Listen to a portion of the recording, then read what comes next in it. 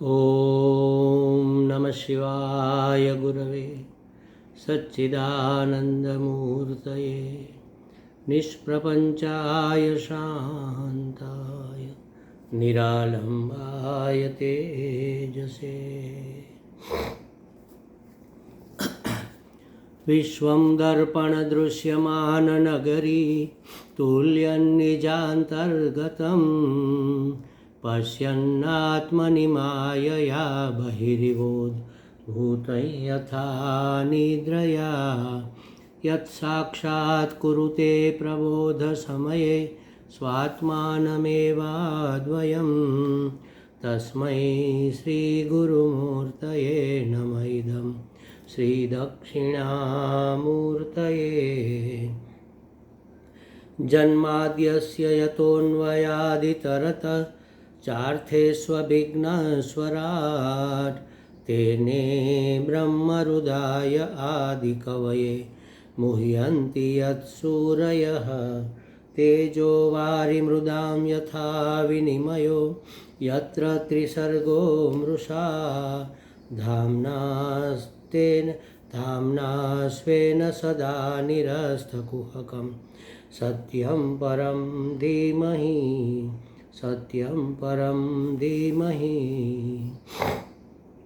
कृष्णाय वासुदेवाय हरये परमात्मने प्रणतक्लेशनाशाय गोविन्दाय नमो नमः। सच्चिदानन्दरूपाय विश्वोत्पत्त्यादिहेतवे तापत्रयविनाशाय श्रीकृष्णाय वयं नुमः। ॐ भद्रन्नो अपि वातय मनः। ॐ शान्ति शान्ति शान्तिः। हरिः ॐ श्रीगुरुभ्यो नमः। हरिः ॐ। तो श्रीमद् भागवत जी के अंतर्गत चतुर्थ स्कंद में 9वें अध्याय में ध्रुव जी भगवान की स्तुति कर रहे हैं, उसकी चर्चा हो रही है। स्तुति के चतुर्थ स्कंद के 9वें अध्याय के 7वें श्लोक में ध्रुव जी कहते हैं कि हे भगवान, आप एक ही हैं, परंतु अपनी अनंत गुणमयी माया शक्ति से इस महद आदि संपूर्ण प्रपंच को रचकर अंतर्यामी रूप से उसमें प्रवेश कर जाते हैं और फिर इसके इंद्रिय आदि असत गुणों में अनेक उनके अधिष्ठातृ देवता के रूप में स्थित होकर ठीक वैसे ही नाना रूप अनेक रूप भासते हैं, जैसे लकड़ियों के टुकड़ों में प्रकट हुई आग अपनी उपाधि के अनुसार भिन्न भिन्न रूप में भासती है। जैसे कल हमने थोड़ी चर्चा की थी कि अग्नि के टुकड़े अलग अलग आकार के लकड़ी के टुकड़े अलग अलग आकार के होंगे। कोई लंबा होगा, कोई नाटा होगा, कोई मोटा होगा, कोई गोल होगा, कोई त्रिकोण होगा, कोई चतुष्कोण होगा। तो उसमें अगर आग लगा दी जाए और वह अंगारे के रूप में हो जाए तो अंगारे के रूप में रही हुई अग्नि हमें उस लकड़ी के टुकड़ों के आकार की दिखेगी। उपाधि के आकार का अग्नि हमें दिखेगा। गोल टुकड़ा है तो अग्नि गोल दिखेगी, लंबा टुकड़ा है तो लंबी दिखेगी, नाटा है तो नाटी दिखेगी, मोटा टुकड़ा है तो मोटी दिखेगी। तो इस प्रकार भगवान भी नाना रूप हमें दिखते हैं, वास्तव में है नहीं। विविध रूप में दिखने वाले भगवान एक ही है। एकः त्वम एव भगवान, हे भगवान आप एक ही है। एकमेव, एक का मतलब क्या? एकम एव अद्वितीयम, एक है और ऐसे एक है कि जिसके दो हो नहीं सकते। दो है नहीं, हो सकते नहीं, होने की कोई संभावना भी नहीं है। ऐसा एक, जैसे हम किसी को कहें कि भाई एक पेन हमें दे दो, तो दूसरी की संभावना रहती है। फिर हम कहेंगे अब दूसरी भी दे दो, अब तीसरी भी दे दो, अब चौथी भी दे दो। तो संख्या ऐसे आगे आगे बढ़ सकती है, उसकी शुरुआत एक से होती है। कहते हैं कि एक पेन हमें दे दो, अब एक और दे दो, ऐसा कहते हैं ना। मतलब एक से अनेक होने की संभावना है। अथवा तो ऐसा भी कहो कि लो ये बर्फ़ी का एक टुकड़ा, तो आपने कहा कि नहीं हम अकेले नहीं खाएंगे, एक टुकड़े के हम 2 कर देंगे, एक आप खाओ एक हम खाएंगे, तो एक में से 2 हो गए। परमात्मा ऐसा एक नहीं है, वह ऐसा एक है जिसका कोई दूसरा नहीं है, और उसके 2 टुकड़े हो नहीं सकते, उसका दूसरा कोई हो नहीं सकता, ऐसे एक है। इसको कहते एकम एव अद्वितीयम, जिसमें दूसरा होने की कोई संभावना ही नहीं है, उसको कहते अद्वितीयम। तो एकम एव अद्वितीयम परमात्मा को बताया गया।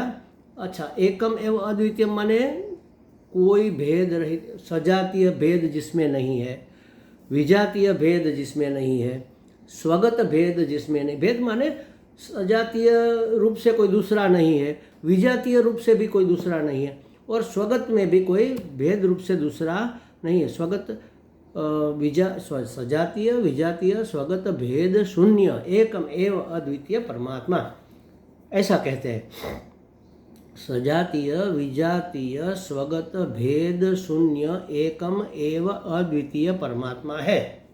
यह परमात्मा के स्वरूप की चर्चा हो रही है।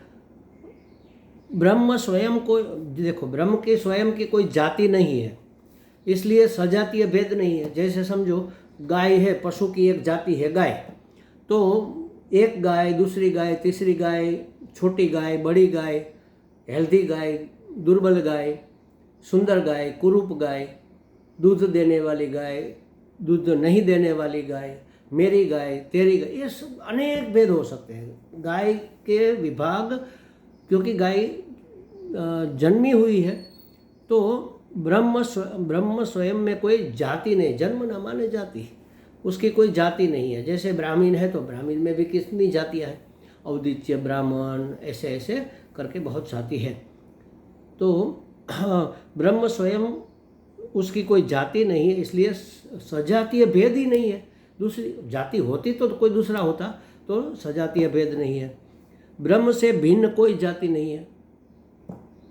अच्छा, ब्रह्म की कोई जाति नहीं, लेकिन उनसे भिन्न अगर कोई दूसरी कोई जाति है तो नहीं। जैसे गाय है तो भिन्न जाति, उससे अलग भैंस हो गई समझ लो, तो भैंस की जाति अलग है, तो विजातीय भेद है, और इसलिए विजातीय भेद भी नहीं है। ब्रह्म में कोई अंग अवयव नहीं है। गाय, तो गाय के अंतर्गत भी भेद है, बहिर्गत भी भेद है। जैसे गाय के पाँव, गाय की पूँछ, गाय का मुंह, गाय के कान, गाय की आँखें, तो ये आँखें और पूँछ समान नहीं है, पाँव और कान समान नहीं है, उसके पेट और थन समान नहीं है, उसमें भेद है। तो ये स्वगत भेद है। तो ब्रह्म का कोई अंग नहीं है, उपांग नहीं है, अवयव नहीं है, इसलिए स्वगत भेद भी नहीं है।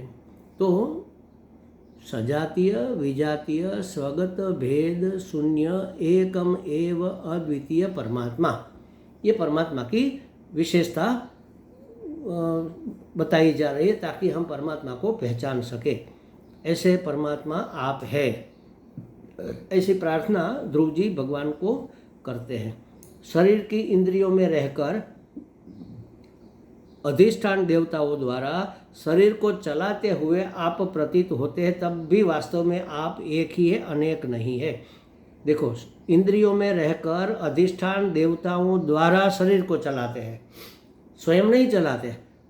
जैसे आँख की इंद्रिय जो है चक्षुर इंद्रिय, उसके अधिष्ठातृ देवता सूर्यदेव है। तो आँख को प्रकाशित करना, स्वस्थ रखना या दुर्बल कर देना, आँख से देखना, ये सब सूर्यदेव की कृपा से ही होता है। कान के देवता है दिग् देवता, दिग् देवता की कृपा से कान सुनते हैं। वाणी के देवता है अग्नि, अग्नि देवता की कृपा से वाणी बोलती है।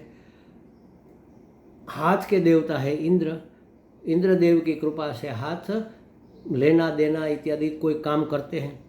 पाँव के देवता है विष्णु, उसकी कृपा से आगमन निगमन होता है। तो ये सब देवता कार्य करते हैं, लेकिन ये देवता क्या है? मिनिस्ट्री है भगवान की। भगवान अध्यक्ष है। जैसे समझो कि हमारे प्रधानमंत्री होते हैं, तो सब काम प्रधानमंत्री नहीं करते, वो विभागवार मिनिस्ट्री बनाकर विभागवार मिनिस्टर नियुक्त करके उसको वह काम, जैसे गृह का कार्य संभालने के लिए गृह मंत्री, शिक्षा का कार्य संभालने के लिए शिक्षा मंत्री, रक्षा का कार्य संभालने के लिए रक्षा मंत्री। इसी तरह तो अलग अलग कार्य के लिए अलग अलग मंत्रियों की नियुक्ति मंत्रिमंडल बनाकर की जाती है। उसी तरह हमारे शरीर को चलाने के लिए, हमारी इंद्रियों को चलाने के लिए इंद्रियों के अधिष्ठातृ देवताओं नियुक्त करके भगवान उसके द्वारा इस शरीर का संचालन करते हैं। अधिष्ठातृ देवताओं द्वारा शरीर को चलाते हुए प्रतीत होते हैं कि भगवान चलाते हैं, ऐसा हमें लगता है, लेकिन वास्तव में आप एक ही है, अनेक नहीं है। अनेक देवता हो गए ना, तो भगवान एक और देवता अनेक। एक भगवान सूर्य भगवान को देखने का काम सौंपा, अग्नि देवता को बोलने का काम सौंपा, दिग देवता को सुनने का काम सौंपा, इंद्रदेव को ग्रहण त्याग का काम सौंपा, विष्णु देवता को आगमन निगमन चलना फिरना इसका काम सौंपा, और भगवान बैठे। तो अनेक हो गए ना। वास्तव में अनेक नहीं है, भगवान एक ही है। वही सूर्य बनकर चक्षुर के अधिष्ठातृ देवता बने हुए हैं। जब वह देखते हैं तब उसको सूर्य देव कहते हैं, जब वह सुनते हैं तब उसको दिग देवता कहते हैं। भगवान ने ही सब रूप लिए हुए हैं। वास्तव में वह अनेक नहीं है। अनेक कार्य दिखने वाले, अनेक कार्य करते हुए दिखने वाले देवता के रूप में भी कौन है? तभी तो एकम एवं अद्वितीय कह सकते हैं ना, वरना अद्वितीय कैसे कहेंगे? इतना ही नहीं है, भगवान एक त्वम एव, आप एक ही हो, आपके सिवा अन्य कोई नहीं है, एक आप ही हो। आप अपनी अनंत गुणमयी, तो कैसे ये सब काम होता है? तो कहते हैं आप अपनी अनंत गुणमयी माया नामक शक्ति से, माया की कितनी शक्ति है? अनंत शक्तियाँ हैं। मोहिनी शक्ति मोह कर देती है, आह्लादिनी शक्ति खुशी प्रदान करती है, और इसी प्रकार तामस, सत्व, रजस, ये सब शक्ति के गुण हैं। तो यह महत आदि संपूर्ण प्रपंच को रचकर अंतर्यामी के रूप में प्रवेश कर जाते हैं। आप अपनी अनंत गुणमयी शक्ति से ये सब रचते हैं, और रचना के बाद आप इसमें प्रवेश कर जाते हैं, माने वो सत्ता और स्फूर्ति आपसे ही प्राप्त करते हैं। जगत सर्जक भगवान है। कैसे? जैसे हमने कहा ना कि जगत की रचना भगवान करते हैं, तो कैसे? किसी भगवान की माया शक्ति सत्व, रजस, तमस इन 3 गुणों वाली है। इस त्रिगुणात्मिका माया शक्ति से महत्व से लेकर समग्र जगत का सर्जन हुआ है। सबसे पहला महान तत्व, सबसे पहला तत्व जो भगवान ने प्रकट किया, माने पहले तत्व के रूप में भगवान प्रकट हुए, वह महान था। तो महत तत्व, महान तत्व, महत तत्व माने महान तत्व के रूप में भगवान ने अपनी अभिव्यक्ति की। पुराणों में प्रायः सांख्य प्रक्रिया के द्वारा यह समझाया जाता है। सांख्य मत के अनुसार, सांख्य शास्त्र का एक मत है, उसके अनुसार समझो तो जगत की रचना प्रधान करता है। वो प्रधान कौन है इसको समझाते हैं। सत्वादि तीनों गुणों की साम्यावस्था को प्रधान कहते हैं। सत्व, रजस, तमस तीनों एकदम समान अवस्था में है। समझो 33.33% रजस, 33.33% तमस और 33.33% सत्व, तीनों समान है, माने वह स्थिर है। अब उसमें कम ज़्यादा हुआ तो विक्षेप होगा, और विक्षेप से फिर सर्जन होगा। तो कहते हैं कि जब वह साम्य अवस्था में रहते हैं, समान अवस्था में रहते हैं, तब उसको प्रधान कहते हैं। प्रधान में कोई विकार नहीं होता, वो साम्य, प्रकृति की साम्य अवस्था को, माया की सत्व, रजस, तमस की साम्य अवस्था को प्रधान कहते हैं। उसमें कोई विक्षेप नहीं होता, कोई विकार नहीं होता। 3 गुणों में जरा सी भी विषमता होती है, समझो कि सत्व जरा 1% बढ़ गया, तो 1% कहाँ से आया? रजस और तमस में से लिया, आधा %। तो समझो कि 33% 33.33% सब में है, तो सत्व में 34 पॉइंट हो गए। तो कहाँ से घटा? सत्व में तो आ गए, रजस तमस में से घटा, तो असमान हो गया ना, अनबैलेंस्ड हो गया। तो ये असम अवस्था जब हो जाती है, जरा सी भी विषमता हो जाती है, जरा, इसको विकृति कहते हैं, उसका आकार विपरीत हो गया, विकृत, कृत माने आकार, विकृत आकार हो गया, तो उसको विकृति कहते हैं।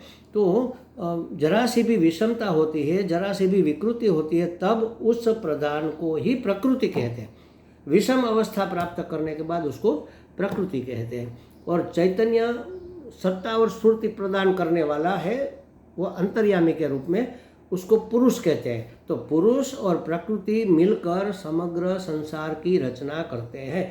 पुरुष मिलकर माने पुरुष की सत्ता और स्फूर्ति प्राप्त करके प्रकृति संसार की रचना करती है। प्रकृति माने विक्षिप्त अवस्था, किसकी? तीनों गुणों की। इसलिए पूरी प्रकृति में आपको ये तीनों गुण दिखने को मिलेंगे। कहीं ज़्यादा हमारे अंदर भी है, आप सबके अंदर भी है। सत्व गुण है, कभी रजस गुण बढ़ जाता है, कभी तमस गुण बढ़ जाता है। ऐसे जैसे हिलोरे लेता है ना जल, ऐसे हमारे अंदर तीनों गुण हिलोरे लेते हैं। कभी सत्व बढ़ गया, कभी रजस बढ़ गया, कभी तमस बढ़ गया। इस तरह से जैसे रात को सो जाते हैं, नींद आने लगती है, तो तमस बढ़ गया। सुबह में ब्राह्म मुहूर्त में उठते हैं तो मन एकदम शांत, प्रसन्न, बिल्कुल अविक्षिप्त होता है, तो सत्व बढ़ गया। अब सत्व बढ़ गया, ध्यान, धारणा, समाधि, जप, तप, पूजा, पाठ, अर्चना, अध्ययन, अध्यापन, ये सब कर लिया। अब थोड़ी थोड़ी भूख लगी है तो नाश्ता करने के लिए फिर नाश्ता बनाने लग गए, नाश्ता खाने लग गए, कहीं आने जाने लग गए, तो रजस तत्व बढ़ गया। तो सुबह में सत्व होता है, फिर काम करने के लिए जब हम निकल पड़ते हैं तो रजस बढ़ जाता है, और थक कर सो जाते हैं या तो थक जाते हैं, सुषुप्त जैसे हो जाते हैं, तब तमस बढ़ जाता है, तो अंदर हिलोरे लेता है हमारे अंदर। तो ये सब कैसे करता है ये सत्व रजस तमस? सत्ता स्फूर्ति कहाँ से आती है उसको? वो चैतन्य से आती है। जिस चैतन्य से माने जिस जगह रहे हुए अंतर्यामी के रूप में रहे हुए चैतन्य से सत्ता स्फूर्ति प्राप्त करके ये तीनों गुण माने प्रकृति पूरा का पूरा कार्यक्रम चलाती है, वो अंतर्यामी को पुरुष कहते हैं। तो ये प्रधान उसकी जब विक्षिप्त विकृति होती है, विषमता होती है, तब प्रधान को प्रकृति कहते हैं। यही प्रकृति सर्जन का मूल कारण है, और इसी में से महत्त्व उत्पन्न होता है, और फिर उसमें से पहले महत्त्व, फिर समष्टि अहंकार, हमारा अपना एक का नहीं, सब का मिलकर जो होता है वो समष्टि अहंकार। फिर 5 तन्मात्राएँ, शब्द स्पर्श रूप रस गंध, ये तन्मात्रा है। फिर तन्मात्रा में से माने मूल रूप में रहे हुए ये पंच महाभूत का पंचीकरण होता है, और फिर उस पंचीकरण हुए पंच महाभूतों से समग्र स्थूल शरीर बनते हैं। अपंचीकृत पंच महाभूतों से हमारा सूक्ष्म शरीर बनता है, और हमारे अज्ञान से हमारा कारण शरीर अज्ञान के रूप में रहता है। तो इत्यादि सब सर्जन हो जाता है। ये सर्जन की प्रक्रिया समझाई जा रही है। ध्रुव जी ने कहा ना, आप एकमेव अद्वितीय है, फिर भी आप रचना करके अनेक जैसे प्रतीत होते हैं। हमारे गुरु जी कहते थे ना, मैंने एक बार बताया था, समझो कि गुरु जी आए हैं हमारी इस कुटिया में, और हमारी कुटिया के चारों दीवारों में एक एक बड़े बड़े ह्यूमन साइज के मिरर लगे हुए हैं, दर्पण, और बीच में स्वामी जी की हमने कुर्सी लगा दी, उसका आसन लगा दिया। गुरुजी बैठ गए आसन पर, इस मयूरासन पर, व्यासपीठ पर, और हमने कहा गुरुजी अब चाय पिएंगे, दूध पिएंगे? तो कहा हाँ चलो पीते हैं, कोई बात नहीं। तो कितने कप चाय बनानी पड़ेगी? 4 आईने में 4 गुरुजी दिख रहे हैं, बीच में एक बैठे हैं, 5 कप बनानी पड़ेगी क्या?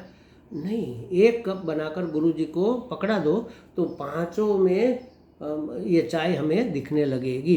बस उसी प्रकार एक ही परमात्मा इस प्रकृति में प्रतिबिंबित हो रहा है। तो समष्टि अहंकार, पंचतन मात्रा इत्यादि का सर्जन हो गया। माया के गुणों को यहाँ असत गुण कहा। माया के गुण जो है वो असत कहा। क्यों? असत माने निंदित विषयों के प्रति उन्मुख, ये जो विषय है ना निंदनीय है, क्योंकि वह सुख नहीं देते, सुख देते हुए लगते हैं लेकिन देते दुख है। उसका भोग, कोई भी भोग अंत में थका देता है, अंत में परेशान कर देता है, विश्राम की आवश्यकता पड़ती है। तो उसकी ओर हमें अभिमुख रखता है यह गुण, इसलिए उसको असत कहा। जगत के पदार्थ इंद्रियों को अपनी ओर खींचते हैं। कोई भी पदार्थ है, हमारी आँख सुंदर पदार्थ को देखकर उसकी ओर देखती, टुकुर टुकुर देखती रहती है। कोई मधुर संगीत सुनाई दे तो आँख बंद करके हम सुनने लग जाते हैं, करे वाह क्या बढ़िया बंसी बज रही है। तो इस प्रकार से ये जगत के विषय हमारी इंद्रियों को अपनी ओर खींचते हैं, और ऐसे वह प्रेरक अंतर्यामी से इंद्रियों को दूर ले जाते हैं। जब विषय अपनी इंद्रियों को खींचते हैं तो अंतर्यामी की ओर हमारी दृष्टि नहीं रहती, तो अंतर्यामी परमात्मा से दूर ले जाती है अपने आप को। कौन? इंद्रियां। इसलिए इसको असत कहा। इस प्रकार जगत के पदार्थ अपने प्रति इंद्रियों को आकर्षित करके परमात्मा से हमें विमुख करते हैं, और इस अर्थ में उन्हें विषय कहा। विषयोन्नति बध्नाति इति विषय, माने जो बांधते हैं उसको विषय कहते हैं, बंधन में डालते हैं उसको विषय। एक बार हमने कोई भोग किया, कुछ चीज़ खा ली और हमें अच्छी लगी, तो हमें लगता है कि हमें ये दूसरी बार चाहिए, तीसरी बार चाहिए, बार बार चाहिए। तो चाहिए का बंधन हमारे ऊपर पड़ गया। इस प्रकार, और कभी चाह पूरी नहीं होती महाराज। आज जन्म आज जीवन चलता ही रहता है, अंदर एक चिड़िया चहचहाती रहती है, चाहिए चाहिए चाहिए, धन चाहिए, पद चाहिए, प्रतिष्ठा चाहिए, परिवार चाहिए, संबंध चाहिए, मान चाहिए, यश चाहिए, क्या नहीं चाहिए हमें। ये चिड़िया अंत तक चहकती रहती है। जो इच्छा बाकी रह गई उसको पूर्ण करने के लिए फिर से जन्म लेना पड़ता है। ये पड़ता है माने बंधन। जन्म लेते नहीं है, जन्म लेना पड़ता है, हमें अपनी इच्छा पूरी करनी है। तो इस प्रकार बंधन कारक होने से इसे निंदित कहा गया है। एक ही परमात्मा विभिन्न चिंगारियों के रूप में रहे हुए अग्नि की तरह अनेक देह, अनेक इंद्रियों के अनेक अधिष्ठातृ देवता के रूप में अनेक प्रतीत होते हैं।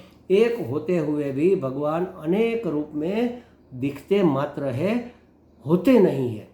और ये दिखना उसका ऐश्वर्य है। ऐश्वर्य माने उसकी ईश्वरता, उसकी प्रभुता, उसकी महानता, उसकी समृद्धि, उसका ऐश्वर्य है, उसकी विभूति है, समझ लो। विभूति माने जिसमें वह अच्छे से अभिभूत करके प्रकट दिख रहा है। तो ये भगवान का ऐश्वर्य है, भगवान की विभूति है। भगवान वास्तव में ऐसे हो नहीं गए। तो कहते हैं कि हमने कहा था ना उपाधि के रूप में, जैसे समझो हमने कई बार उदाहरण दिया है, वेदांत का तो ये महत्वपूर्ण उदाहरण है कि रज्जु में सर्प दिख रहा है, हम जा रहे हैं, थोड़ा थोड़ा अंधेरा, थोड़ा थोड़ा उजाला है, एक रस्सी टेढ़ी मेढ़ी पड़ी हुई है, हमें लगा सांप है, हम डर के वहाँ से भाग गए। कोई दूसरा वहाँ से निकला, उसे सांप नहीं दिखेगा शायद, उसे लगेगा अच्छा कोई टेढ़ी मेढ़ी लकड़ी पड़ी हुई है, उसे दंड, लकड़ी माने दंड, वो दंड दिखेगा, वो चला गया। तीसरा आया, उसे लगा कोई जल की धारा यहाँ पर बही हुई है, जैसे बैल गाय इत्यादि चलते चलते पेशाब करते हैं ना, तो ऐसी धारा बन जाती है।